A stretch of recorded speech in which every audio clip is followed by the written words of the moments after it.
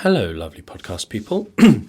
Welcome to the first ever wisdom podcast on training. I call it wisdom because it's not my specialist area, and I want to be clear on that. But obviously, it's an area, I did my strength and conditioning specialist certification right back at the beginning of my career. I've worked in gyms for, I don't know, maybe 5 plus 6, 7, 8 plus years since I was young in my early career, and obviously love training. It was an area I thought I might try and specialize in, but then nutrition became more of my passion. But I just thought I'd just give some insights. It's more of a one, personal journey insight, but two, a critical thinking insight that might be helpful for you. So this came about because I did an Instagram story that essentially I said, my arms when I was competing in bodybuilding were arguably my worst body part,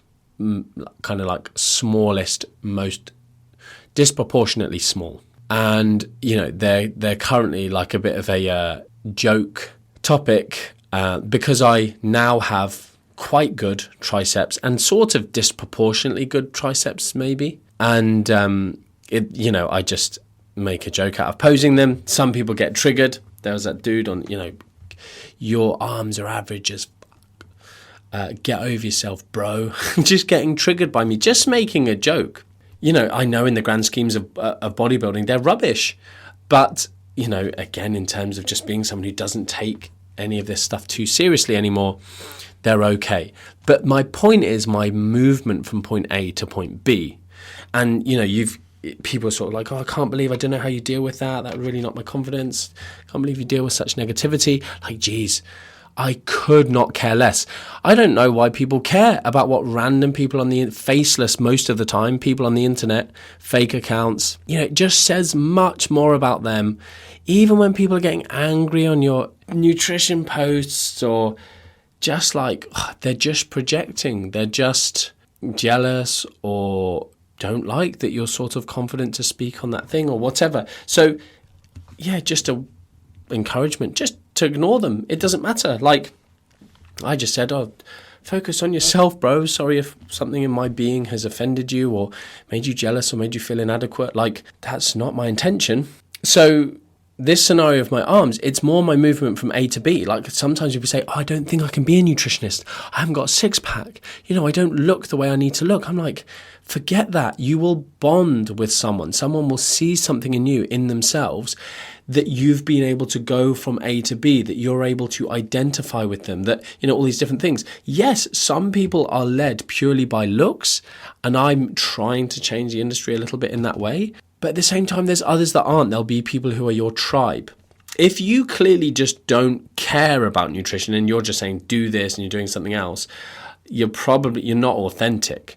But if you have some of the same issues that they have and have made some progress and they can learn from your progress, fantastic. So that's kind of why I'm doing this in a sense, and not saying this is the be all and end all, but I was misled. And I guess I'm talking to the maybe younger people. I don't know. I guess I'm talking to my younger self, but there'll be loads of you in a similar position. But let's say you want to change a body part. And this is mainly size and getting bigger. And sorry, this doesn't relate to any organs or mammary glands or your height. I can't change those. I get those DMs and I'm just like, how can I increase my height? And I'm like, oh, geez. So I made my arms bigger, is the point of this podcast. And one of the things that I'd been misled with, it was like not training them directly. There are certain pockets of the internet where it's like, do compound lifts. Compound lifts are the best. If you're limited on time, compound lifts. And there may be some areas where that is the case. But very much my training went away from all of the compound lifts and maybe just supplementary compound lifts here and there. I wanted bigger arms, and yet I wasn't training them directly. And so this was just a thing of like, again, do you want bigger arms? Do you want a bigger bum? Are you doing loads of squats for a bigger bum, but not doing anything extra to increase the volume? So I will post a link to some of the research in this area. around volume, because there's lots of stuff coming out, which is good in terms of the number of sets per week we should probably be aiming for in that region. And there will be individual variances based on your genetics, but also your training age and these sorts of things. But, some people like hitting biceps directly with like maybe 4 to 8 sets, because they put them on the end, it's back and biceps, and they'll do their back session, and then they'll do, I can't, I've done some bent over row, and I've done some lat pull down. I don't need to do much more for biceps. I've done my deadlifts, whatever, which doesn't particularly hit biceps. And then just throwing on, okay, well, I'll do, 3 sets of 10 on this bicep exercise, 3 sets of 10 on that. Or just like, I'll just do 1 set of 4 on EZ curls, whatever. And not training them directly. And yet we know that the volume that you need to train a muscle group. So again, you can, if you want your glutes or your quads or whatever, you can apply this across the board. The other thing, just with regards to this, so a big change I made was I started training them directly.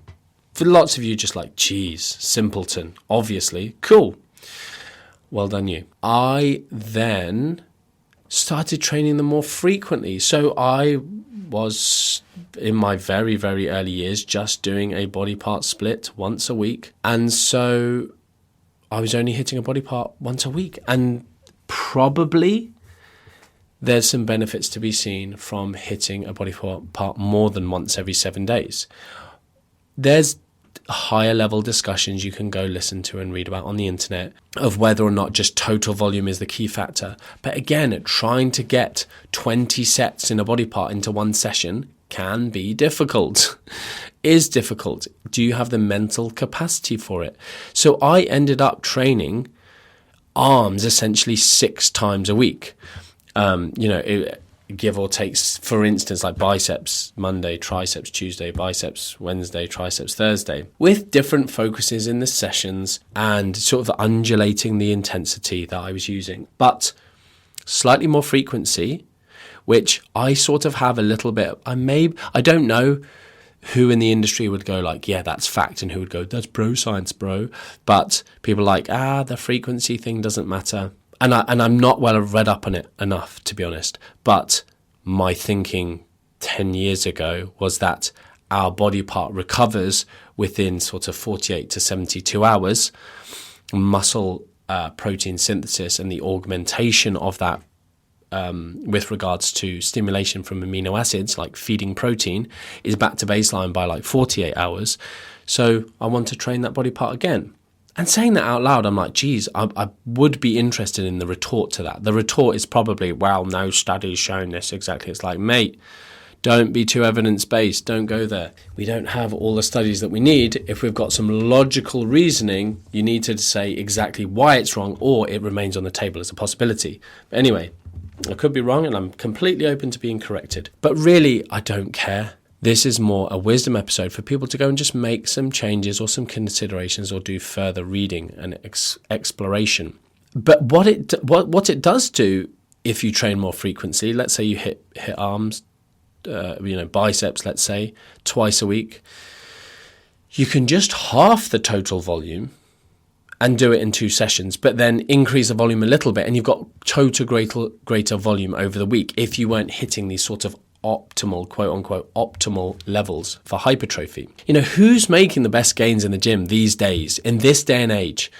It's women training glutes 3 to 85 times a week, with kind of 15 sets up to, 5 billion sets per session. But they're just making gains. Like, you don't see guys in the gym going like, here's 2 years training progress, and it's like, pow, they've doubled in size. But you get females with 2 years training progress, and they have literally doubled the size of their glutes. It's insane. And how have they done it?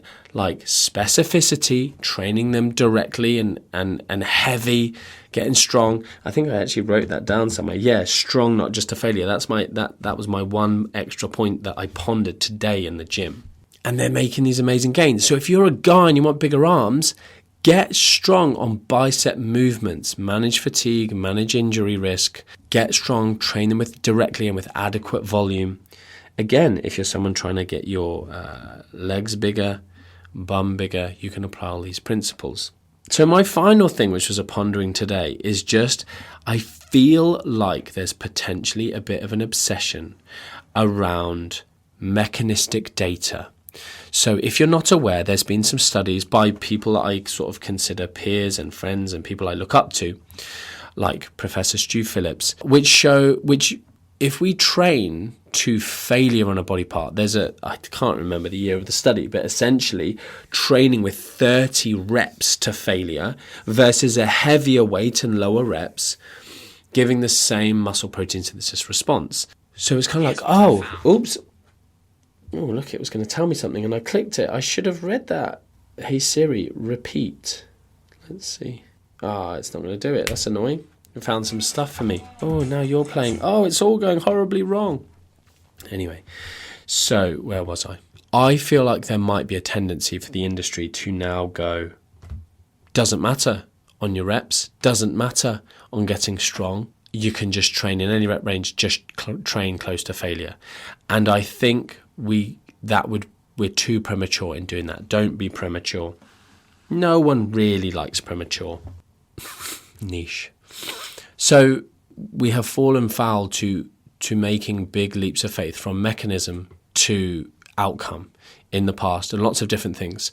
And so it might be that in the very early days of training, when you're getting newbie gains, and we do see this, like newbies can just train one set to failure and they get the same results as like multi-set training programs, periodized multi-set training programs, because they're newbies. But once you get a bit more advanced, like we're not talking an advanced trainer, just having trained a muscle group in the gym a bit, things can change. So if we start looking at, again, muscle protein synthesis, if you're not looking at the whole 48 hours and then looking at over a week and then tracking like cross-sectional area changes over a month or 2 or 3 or whatever, we're missing a lot of the picture here. So that was my other thing. I feel like people need to be a bit, this is just stuff for you. If you see a trainer now posting this stuff or an exercise specialist posting this stuff, ask that question. Do you think rep ranges matter? Not at all. Do you think strength and the intensity doesn't matter at all? It's just purely a factor of volume and training to failure. What is the data on this? Or is it purely based on mechanistic data that looks at muscle protein synthesis after a single session of leg extensions to failure at 30 reps, 30 rep max? And see what they say. Ask the question.